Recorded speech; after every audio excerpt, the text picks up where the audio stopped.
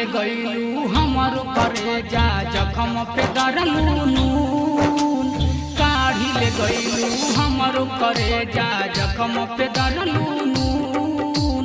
दिल के दुनिया उजड़ गईल मोर कोई के गईलू सुन। दर्द दुना दून कईलू ए जान मोर खून कईलू।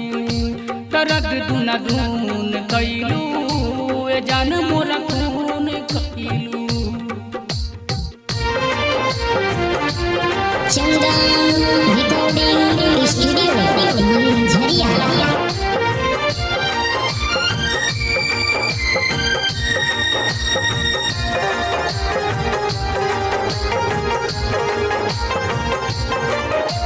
सैया के साथे अपना तू जाके सेज सजईबू। हमरो अब हो जतने तो तू चैन न पईबू।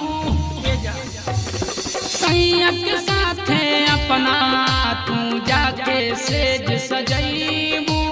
हमरो अब हो जतने तो तू चैन न पईबू। जाके खूबे जश्न मनईबू। जाके खूबे जश्न मनईबू।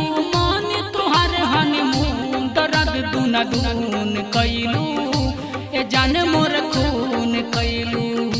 दर्द दुना दून कईलू ए जान मोर खून कईलू।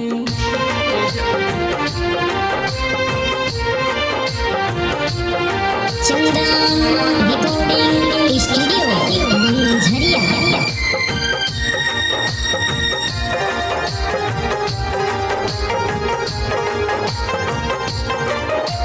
सोनू अखिलेश चंदन के कदी हलू तू अकेला।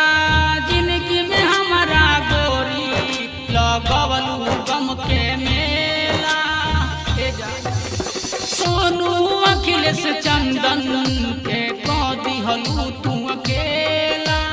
जिंदगी में हमारा गोरी लगवलू गम के मेला। तू तो अपन ब्याह रचा के तू तो अपन ब्याह रचा के गईलू देहरादून। दर्द दुना दून कईलू ए जान मोर खून कईलू।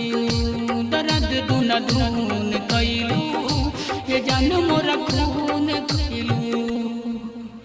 चंदन रिकॉर्डिंग